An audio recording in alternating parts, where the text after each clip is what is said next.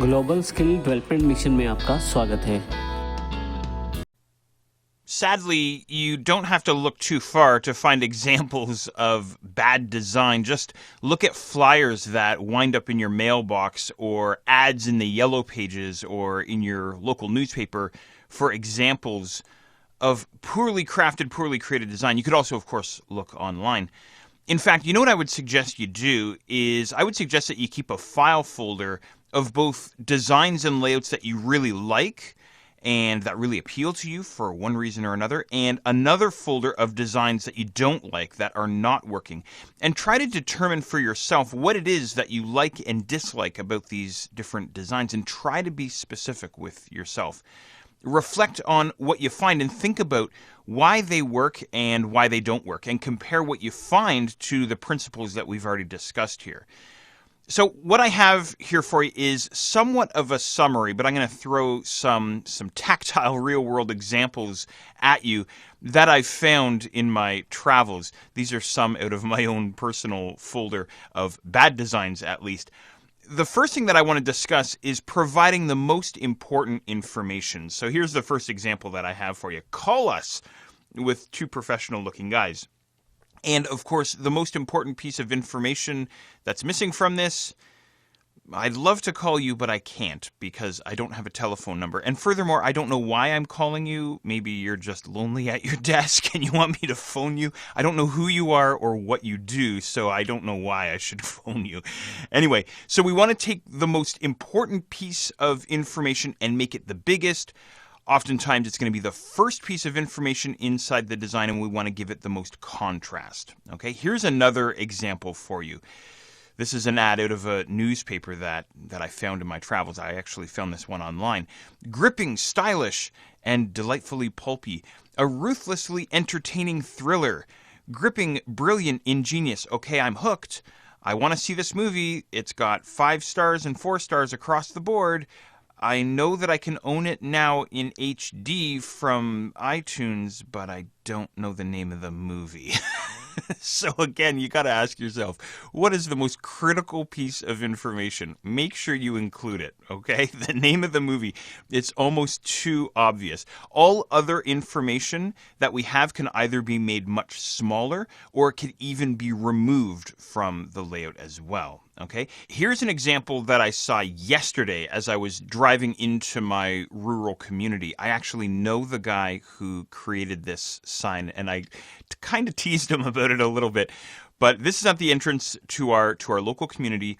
It says free movie in the park, concession stand with the dollar signs, and then August 16th dusk. Okay, so we have some information. We know what it is. It's a movie in the park. And we know that there's going to be a concession stand, and we know the date and the general time. But the critical piece of information that's missing, what movie?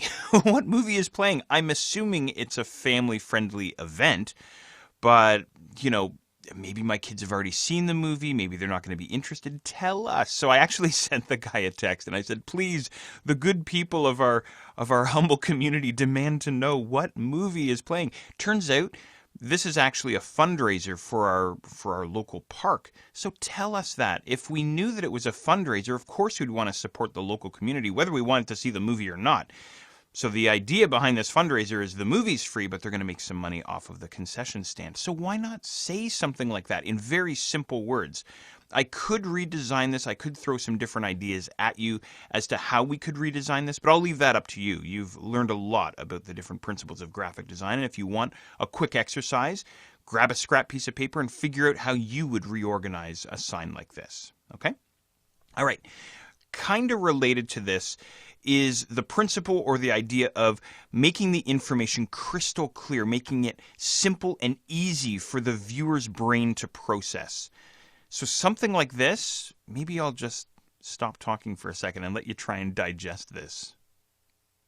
Welcome to 99-cent Plaza. Everything 99 cents or less and up.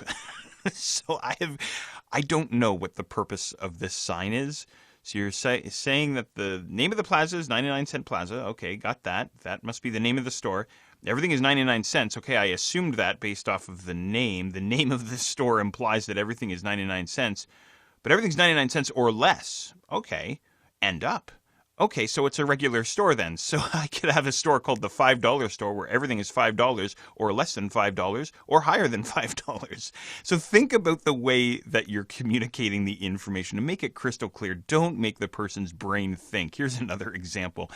I really don't know what this is all about. This is another example that I found online. You could read this in a whole bunch of different ways, and every single way that you try and read it, it doesn't make any sense at all. So I don't really know what the purpose of this is, if it's supposed to be a feel-good piece or what, but I'll leave it up to you to try and figure out, to try and interpret what the heck this handheld sign is supposed to mean. Here's the last one. I don't even know what that word is supposed to say. Are you up for the, I guess it's supposed to be challenge, but the C in challenge got covered up by the flat panel TV. It's a mess. I'll leave it up to you to figure out what the heck this is supposed to mean. Again, it's making my brain process. It's making my brain work overtime to try and struggle to figure out what the heck this is supposed to mean. And you know what happens is our brain shuts off. We look at that, we kind of process it for a second, and then we go, I don't care. I'm too busy. I got to move on. Here's another example related to the idea of making the information crystal clear. I really despise designs and layouts and marketing pieces that make me work, that make my brain work. This is an example of a flyer that showed up in my mailbox. The timing was perfect. I thought, brilliant. I'm going to include this in the course. So this is the flyer that showed up inside my mailbox. As you can see, there's a sort of a tiny clear sticker on the right-hand side that I had to cut, and then it opens up like a greeting card. Okay, so it says, "Hi, I'm Jewel."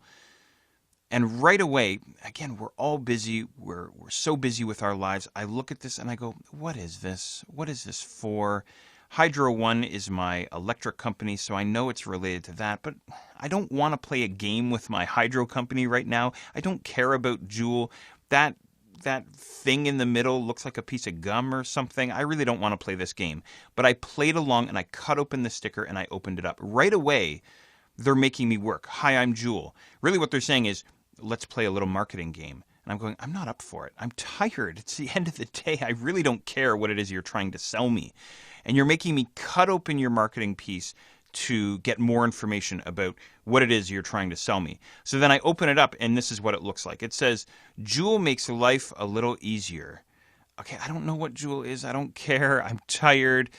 Jewel is an energy display that helps you make smart choices about how, and all right, you're losing me. I really don't care. I toss it in the trash. Or I realize that I'm creating a graphic design course and I hang on to it as a great example of a company making me do all the work. I don't want to do all the work. You're trying to sell me. Why should I do all the heavy lifting? So this is why things like door hangers, you know, the marketing pieces that they hang on your front door, junk mail in your mailboxes, telemarketing, all of it is so ineffective because it makes the receiver of the information do all the heavy lifting and all the work.